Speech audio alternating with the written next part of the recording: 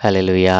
ప్రభునందు ప్రియదేవుని పిల్లారా, నేటి వాక్య ధ్యానం కొరకు మిమ్మలను ప్రేమతో ఆహ్వానిస్తూ ఉన్నాను. నేటి వాక్య ధ్యానం కొరకు ప్రార్థన చేద్దామా? పరలోకమందున్న మా ప్రియ తండ్రి, సర్వోన్నతుడా, పరిశుద్ధుడా, మీ ఘనమైన ఉన్నతమైన నామానికి స్తోత్రాలయ. ఈ మంచి లేని మా జీవితంలో మరొక నూతన ఉదయాన్ని అనుగ్రహించారు. అలాగుననే ఈ 2వ మాసములో మొదటి పునరుత్థాన దినాన్ని మాకు అనుగ్రహించారు. తండ్రి, ఈరోజు యోబు గ్రంథము 23వ అధ్యాయము 24వ అధ్యాయాలు 2 అధ్యాయాలుగా మేము ధ్యానం చెబుతూ ఉండగా మీరే మాకు బోధించి నేర్పించమని యేసయ్య పరిశుద్ధ నామమున అడుగుచున్నాము తండ్రి. ఆమేన్. ప్రభువునందు ప్రియదేవుని పిల్లారా, యోబు గ్రంథము 23వ అధ్యాయము 24వ అధ్యాయంలో 22వ అధ్యాయంలో యోబు స్నేహితుడు, 2వ స్నేహితుడైన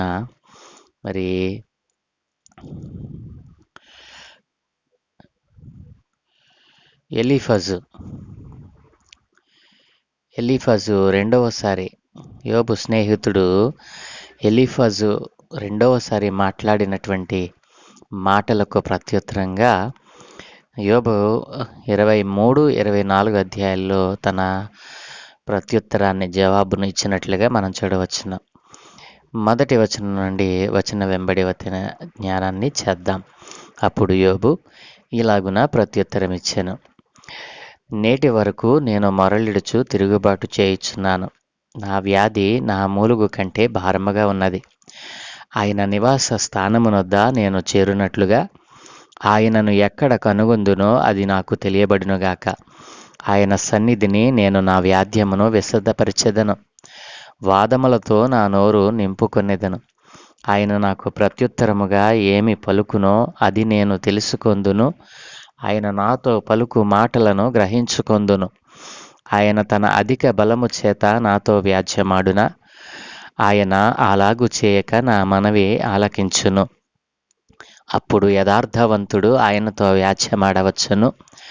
కావున నేను ఎన్నటికీ నా న్యాయాధిపతి వలన శిక్షనందకపోవుదును. నేను తూర్పు దిశకు వెళ్ళినను ఆయన అచ్చట లేడు. పడమటి దిశకు వెళ్ళినను ఆయన కనబడుటలేదు. ఆయన పనులు జరిగించు ఉత్తర దిశకు పోయినను ఆయన నాకు కానవచ్చుటలేదు. దక్షిణ దిశకు ఆయన ముఖము త్రిప్పుకుని ఉన్నాడు. నేను ఆయనను కనుగొనలేను. నేను నడుచు మార్గము ఆయనకు తెలియను. ఆయన నన్ను శోధించిన తరువాత నేను సువర్ణము వలె కనబడుతును. నా పాదములో ఆయన అడుగు జాడలు విడువక నడిచినవి. నేను ఇటు అటు తొలగక ఆయన మార్గమును అనుసరించి తిని ఆయన పెదవుల ఆజ్ఞను నేను విడిచి తిరగలేదు. ఆయన నోటి మాటలను నా స్వంత అభిప్రాయము కంటే ఎక్కువగా ఎంచితిని. అయితే ఆయన ఏక మనస్సు గలవాడు. ఆయనను మార్చగలవాడెవడు? ఆయన తనకిష్టమైనది ఏదో అదే చేయును. నాకు విధింపబడిన దానిని ఆయన నెరవేర్చును. అట్టి పనులను ఆయన అనేకముగా జరిగించువాడై ఉన్నాడు. కావున ఆయన సన్నిధిని నేను కలవరపడుచున్నాను. నేను ఆలోచించినప్పుడెల్లా ఆయనకు భయపడుచున్నాను. దేవుడు నా హృదయమును కృంగచేసెను. సర్వశక్తుడే నన్ను కలవరపరచెను. అంధకారము కమ్మియుండినను, గాఢాంధకారము నన్ను కమ్మియుండినను నేను నాశనము చేయబడి ఉండలేదు. 24వ అధ్యాయము. సర్వశక్తుడగు వాడు నియామక కాలములను ఎందుకు ఏర్పాటు చేయడు? ఆయన ఎరిగియున్నవారు ఆయన దినములను ఎందుచేత చూడక ఉన్నారు?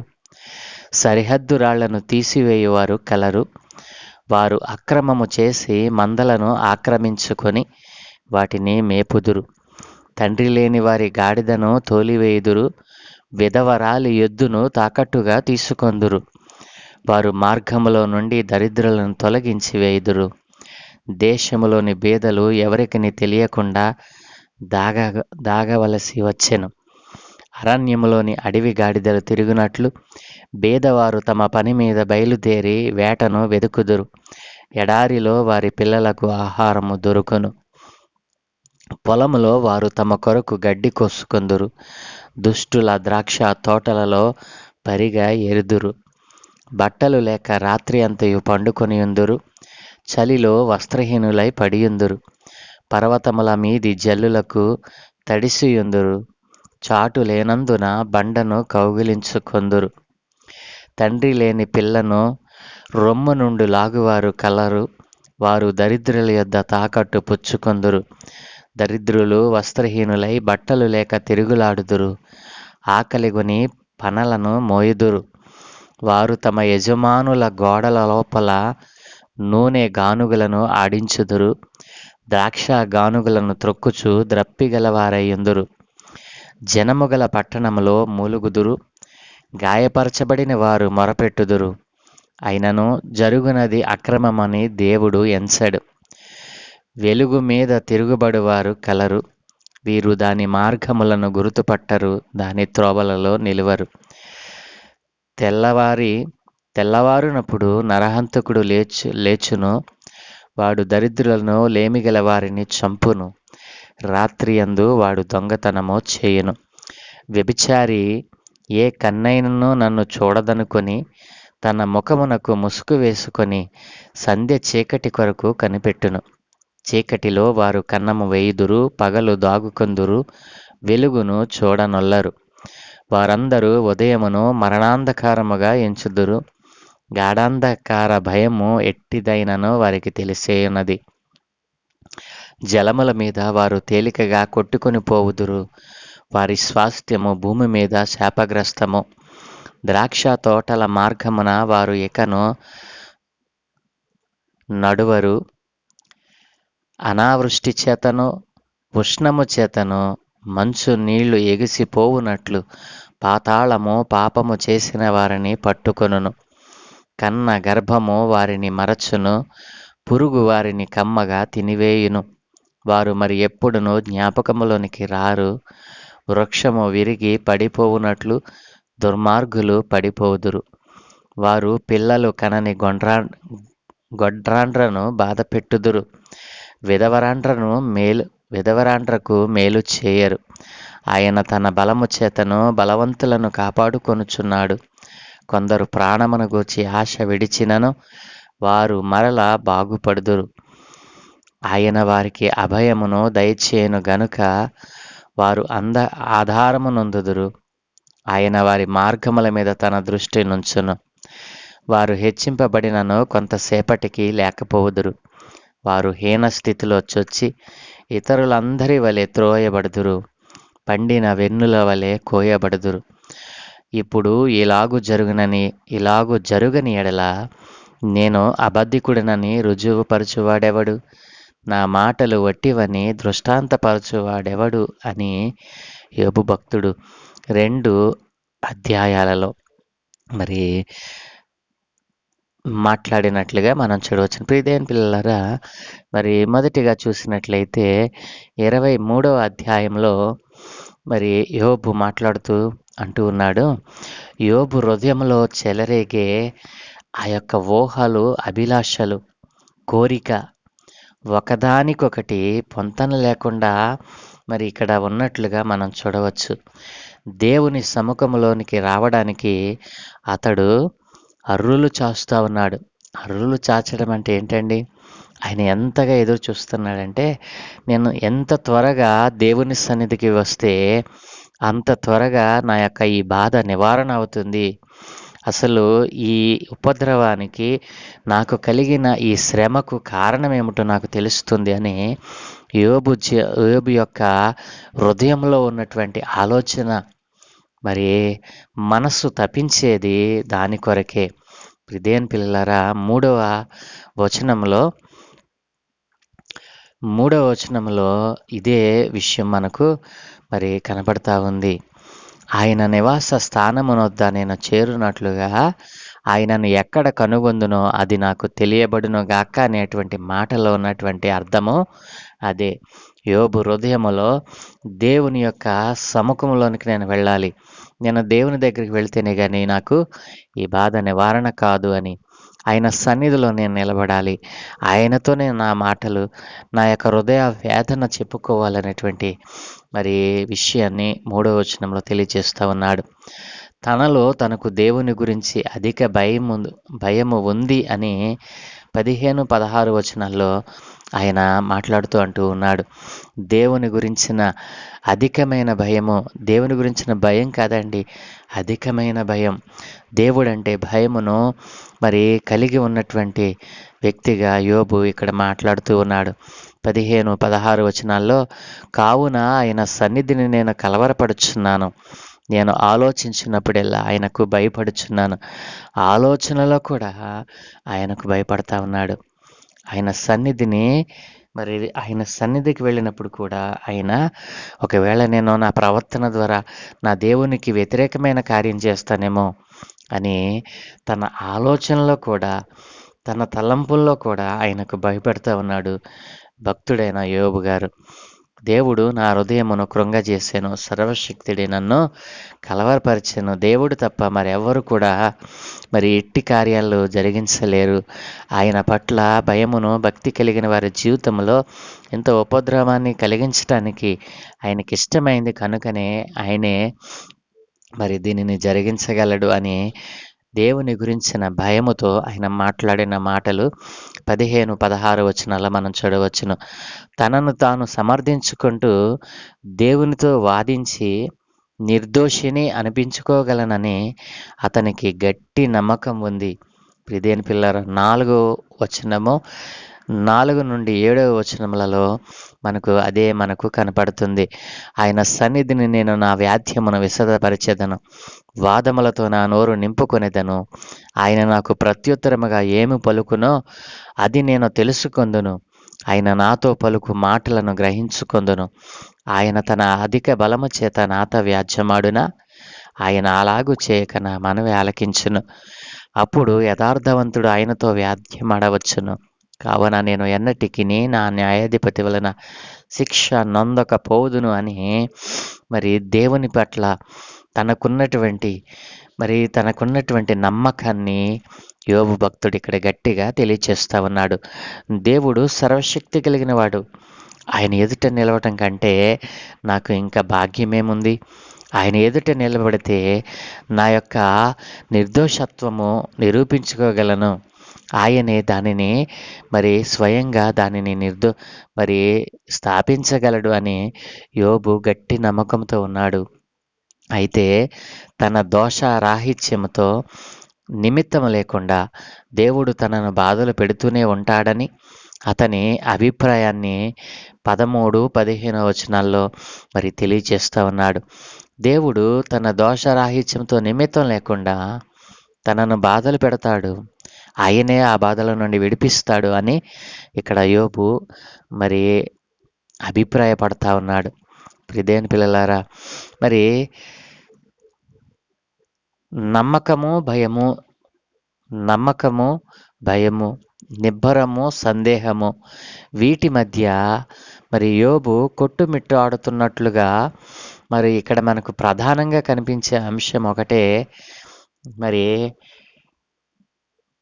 అదేమిటంటే, ఎలీఫజు చేసిన ఆరోపణకు జవాబుగా యోబు తాను దేవుని మార్గాన్ని అంటిపెట్టుకొని దాని నుంచి తొలగిపోలేదు అంటూ ఉన్నాడు ఈ అధ్యాయంలో. ఇదేం పిల్లారా, మరి భయము, నమ్మకము, నిబ్బరము, సందేహము, వీటి మధ్య యోబు ప్రధానంగా తన మనస్సును కేంద్రీకరించాడు. దేవునిపై నమ్మకం ఉంది, భయము ఉంది.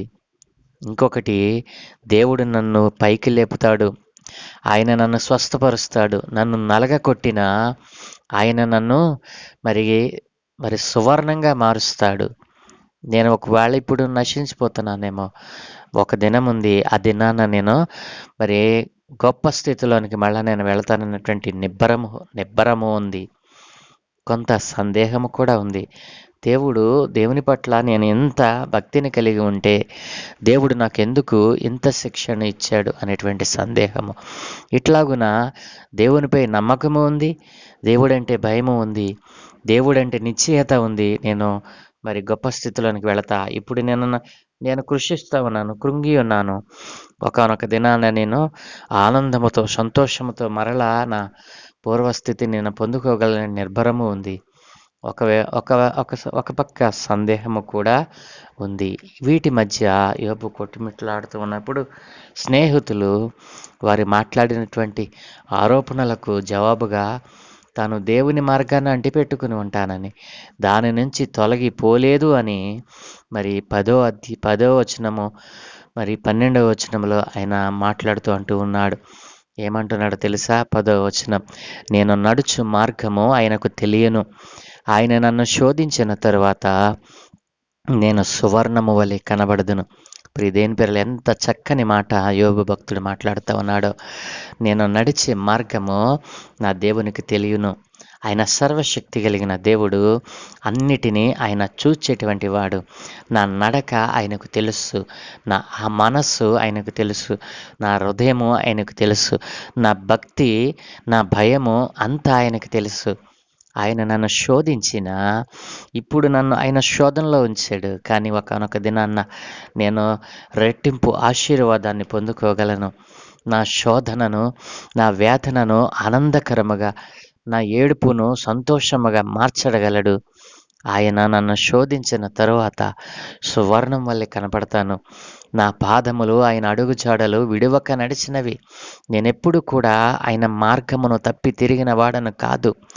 నా పాదములు అటు ఇటు తిరగక, వంకర త్రోవలలో నడువక, మరి ఆయన అడుగు జాడలలో నడిచినటువంటి పాదాలు. నేను ఇటు అటు తొలగలేదు. ఆయన మార్గమును మరి సంచరించి తిని, అటు ఇటు పోక తిన్నని మార్గమున నేను సంచరించినటువంటి వాడను.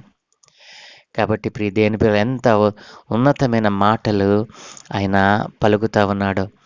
కాబట్టి దేవుడు తనను ఎడబాసనని మరి అనుకుంటూ ఉన్నాడు, కానీ దేవుని వలనే నాకు ఇది సంభవించింది అనుకుంటున్నాడు. కానీ దీని జరగటకు కారణము అపవాది అని యోబు ఇంకనూ గ్రహించినట్లు ఉన్నారు. దేని పిల్లారా, నేను దేవుని మార్గాన్ని అంటిపెట్టుకుని దాని నుండి తొలగిపోలేదు. ఎలీఫజు, నీవు మాట్లాడి ఆరోపణ చేసిన దానికి నేను సమ్మతించను. ఎందుకంటే నేను దేవుని మార్గంలోనే ఉన్నాను, దేవుని మార్గాన్ని అంటుపెట్టుకుని నేను నడుస్తూ ఉన్నాను అని మరి యోబు భక్తుడు గట్టిగా చెప్తూ ఉన్నట్లు మనం ఇక్కడ చూడవచ్చును. దేవుని పిల్లారా, మరి ఇంతకుముందు ఒకసారి జరిగినట్టుగా 7 నుంచి 18వ వచనంలో యోబు తన కష్టాలకు అసలు కారణమేదో దానికి అతి సమీపముగా వచ్చాడు. అయితే అప్పటిలాగానే ఇప్పుడు కూడా ఈ ఆలోచనను త్వరగా వదిలేసి వేరే మాటల్లోకి ఆయన వెళ్ళిపోయినట్లుగా మనకు కనబడతా ఉంది. అయితే దేవుడు తనకు పెట్టిన పరీక్ష ఎలాంటిదైనా తాను మాత్రం నిజాయితీ, నీతి, న్యాయాలకు కట్టుబడే మనిషిగా నిలబడతానని అతని నమ్మకం. మంట ఎంత వేడి అయినప్పటికీ కూడా బంగారము దానిలో ఎంత మాత్రము చెడిపోదని యోబుకి తెలుసు. బంగారంలో ఏదన్నా మలినం ఉంటే మంట వల్ల, అగ్ని వల్ల అది వేరైపోయి బంగారము మాత్రమే నిలిచి ఉంటుంది. ఆ రీతిగా నేను నీతిమంతునిగా, యథార్థవంతునిగా నా యొక్క మనస్సును, నా హృదయాన్ని ఆయన తట్టు త్రిప్పుకుంటాను. నేను శోధింపబడిన తర్వాత సువర్ణంగా మారతాను అని యోబు గొప్ప నిశ్చయతను మరి ఆయన మరి కనపరుచుకుంటూ ఉన్నాడు తన జీవితంలో. దేవుని పిల్లరా, ఎంత గొప్ప నిరీక్షణ యోబు జీవితంలో మనం చూడవచ్చును. దేవుని పిల్లరా, స్నేహితులు ఆరోపణ చేసిన మరి నేను దేవునిని మాత్రమే అంటిపెట్టుకుని ఉన్నాను, ఆయన మార్గమును తప్పి తిరగలేదు, నేను శోధింపబడిన తర్వాత సువర్ణంగా మారతాను అని 23వ అధ్యాయంలో యోబు మాట్లాడుతున్నట్లుగా మనం చూడవచ్చును. దేవుడు ఉపసంహరించుకున్నాడని యోబు ఫిర్యాదు చేస్తున్నట్లుగా మనకు 1వ వచనం నుండి 7వ వచనం వరకు మనకు తెలుస్తూ ఉంది. మరి 8 నుంచి 12వ వచనంలో మనం చూసినట్లయితే మరి యోబు తన స్వంత సమగ్రతను నొక్కి చెప్పాడు. దేవుని పట్ల తనకున్నటువంటి భక్తి భావాన్ని ఆయన నొక్కి వక్కాణించాడు. 13 నుంచి 17వ వచనంలో ద డివైన్ టెర్రర్స్. దేవుని పిల్లారా, దేవుని పరీక్షలు, మరి తనకు వచ్చినటువంటి ఉపద్రవము, దేవుని యొక్క పరీక్షలుగా ఆయన మరి అభివర్ణించాడు. మరి 24వ వచనంలో మనం చూసినట్లయితే 24వ అధ్యాయంలో మనం చూసినట్లయితే మరి 23కు కొనసాగింపుగా యోబు మాట్లాడుతున్నటువంటి సందర్భము. ఈ 24వ అధ్యాయంలో యోబు గారు మాట్లాడుతూ ఉన్నాడు. మరి ఏదైతే తన స్నేహితులు లేవనెత్తారో, దుర్మార్గులు మరి తప్పకుండా శిక్షింపబడతారు, దుర్మార్గం మరి దుర్మార్గులైనటువంటి వారు, దుష్టులైనటువంటి వారు మరి శిక్షకు గురవుతారని యోబు స్నేహితులు ఏ రీతిగా ఆరోపణ చేశారో, దుర్మార్గతను యోబుకు ఆపాదించారో, దానికి జవాబుగా ఆయన 1 నుండి 12 వచనాలలో మరి దుర్మార్గము అనేటువంటిది తరచుగా శిక్షింపబడదు అని యోబు వాదిస్తూ ఉన్నాడు. దుర్మార్గులు మరి తక్షణమే వారు ఉగ్రతకు లోనవుతారు, శిక్షింపబడతారు అనేటువంటి మీ ఆలోచన, మీ ఆరోపణ మరి సమంజసం కాదు అని యోబు తన స్నేహితులను మరి గద్దిస్తూ మాట్లాడుతున్నటువంటి సందర్భము. దుర్మార్గులు తరచుగా శిక్షింపబడరు. ఎందుకని? వారికి కూడా దేవుడు అవకాశం ఇస్తా ఉన్నాడు, వారు మారతారు అని. వారి దుర్మార్గతను విడిచి మంచి మార్గంలోనికి, సన్మార్గంలోనికి వస్తారని వారికి అవకాశం ఇస్తాడు. కాబట్టే దుర్మార్గులు, మీరు అన్నట్లుగా దుష్టులు, దుర్మార్గులు మరి వెంటనే మరి శిక్షకు పాత్రులు కారు అని, వారికి కొంత దేవుడు సమయాన్ని ఇస్తాడు అని యోబు నొక్కి చెప్తా ఉన్నాడు. దుర్మార్గులు వెలుగును విస్మరిస్తారు అని 13 నుంచి 17 వచనాలలో యోబు భక్తుడు మాట్లాడుతున్నాడు. ఎందుకు మరి శిక్షకు త్వరగా గురికారు అనంటే, ఈ దుర్మార్గులు చేసేటువంటి మరి కార్యాలు ఏంటంటే, వారు వెలుగును విస్మరిస్తారు. వారు దుర్మార్గములు పనులు చేస్తూ ఉన్నా దేవుడు వెలుగై ఉన్నాడు. ఆ వెలుగు వారి మీద ప్రకాశిస్తూ వారిని కనిపెడుతూ ఉందని వారు గుర్తించరు. మరి వెలుగును విస్మరించి వెలుగులోనికి రాకుండా మరి చీకటిలోనే ఉండటానికి, చీకటి కార్యాలు చేయడానికి తమను తాము అప్పగించుకుంటారు. అంత మాత్రమున చేత దుర్మార్గులు, దుష్టులు మరి దేవుని పిల్లలు కారు అని మరి అర్థము కాదు. దానిని అలా అర్థం చేసుకోకూడదని యోబు అభిప్రాయపడుతూ తన స్నేహితులతో మాట్లాడుతున్నట్లుగా మనం చూడవచ్చును. మరి దుష్టులకు తీర్పులు అనేటువంటివి కంపల్సరిగా ఉంటాయి అని, కొన్ని సమయాల్లో మరి దుష్ట వ్యక్తి యొక్క క్షీణత క్రమంగా మనకు కనబడుతుంది. మొదట వారు మరి వృద్ధిలో ఉన్నప్పటికీ దుష్టులకు తీర్పులు అనేటువంటివి తప్పక ఉంటాయి. అది వెంటనే కాదు, దుష్టులకు, దుర్మార్గులకు కూడా దేవుడు కొంత అవకాశాన్ని ఇస్తాడు అని యోబు తన స్నేహితులతో చెప్తా ఉన్నాడు. ప్రియదేని పిల్లారా, యోబు మాటలను, తన స్నేహితుల మాటలను మనం బేరీజు వేసినట్లయితే, యోబు స్నేహితులేమో మరి దుష్టులైన వారికి, దుర్మార్గులైన వారికి నాశనము వెంటనే దేవుడు కలుగ చేస్తాడు, వారి మీదికి ఉపద్రవాన్ని తెస్తాడు అని యోబు స్నేహితులు వాదిస్తూ ఉంటే, యోబు భక్తుడు అంటున్నాడు కదా, స్నేహితులారా, అలా ఎప్పటికీ కూడా దేవుడు చేయడు. ఎందుకంటే దేవుడు అన్యాయస్తుడు కాదు. దేవుడు దుష్టులకు, దుర్మార్గులకు కూడా కొంత సమయాన్ని ఇస్తూ ఉన్నాడు. తన వెలుగును దుష్టుల మీద కూడా మరి ప్రకాశింపచేస్తూ ఉన్నాడు. ఎందుకో తెలుసా? మరి దుష్టులు భూమి మీద ఉండకుండా ఆయన తీసివేయాలనంటే, ఈ రోజున భూమి మీద ఒక్క మానవ మాత్రుడు కూడా మిగిలి ఉండేవాడు కాదు. కాబట్టి దుష్టులకు, దుర్మార్గులైన వారికి, చెడ్డవారికి తీర్పులు మరి శిక్ష తప్పకుండా ఉంటుంది. కాకపోతే దేవుడు న్యాయాధిపతి, ఆయన కృపామయుడు, కనికర సంపన్నుడు కనుక మంచివారికి ఏ రీతిగా అయితే ఆయన సమయాన్ని ఇస్తా ఉన్నాడో, దుష్టులు, దుర్మార్గులైన వారికి కూడా ఆయన సమయాన్ని ఇస్తా ఉన్నాడు. ఎందుకో తెలుసా? వారు కూడా సత్యాన్ని తెలుసుకోవాలని, అసత్యములో నుండి సత్యములోనికి వారు మారాలని మరి వారికి అవకాశం ఇస్తూ ఉన్నాడు. కాకపోతే శిక్ష మాత్రము తథ్యం. వారికి తీర్పులు మాత్రము తథ్యం. ఆయన తీర్చు దినమున వారు లెక్క చెప్పవలసిందే. అంత మాత్రాన దుష్టులైన వారు, దుర్మార్గులైన వారు, మరి వారందరి మీదకి దేవుడు వెంటనే తన తీర్పులను, తన ఉపద్రవాలను, తన శ్రమలను ఆయన అనుమతించాడు. ఆలోచించండి ప్రియ స్నేహితులారా అని తన స్నేహితులను సున్నితంగా ఆయన గద్దించినట్లుగా మనము ఈ 24వ అధ్యాయంలో చూడవచ్చును.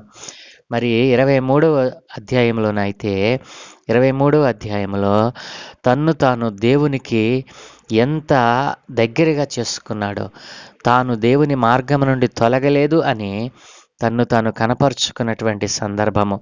మరి నేను శోధనకు గురైన, నేను నడిచే మార్గం ఆయనకు తెలుసు అంటున్నాడు. నేను దేవుని యొక్క అడుగుజాడల్లో నుండి మరి తొలగిపోలేదు అంటూ ఉన్నాడు. 24వ వచనంలో 24వ అధ్యాయంలో మరి దుష్టులకు మీరన్నట్లుగా దుష్టుల మీద ఆయన కనికరం చూపేటువంటి వాడు.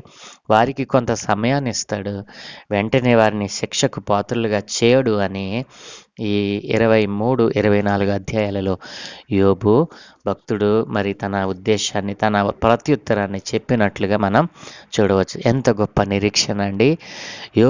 యోబు భక్తుని జీవితంలో ఉన్నటువంటి నిరీక్షణ నీలో ఉందా?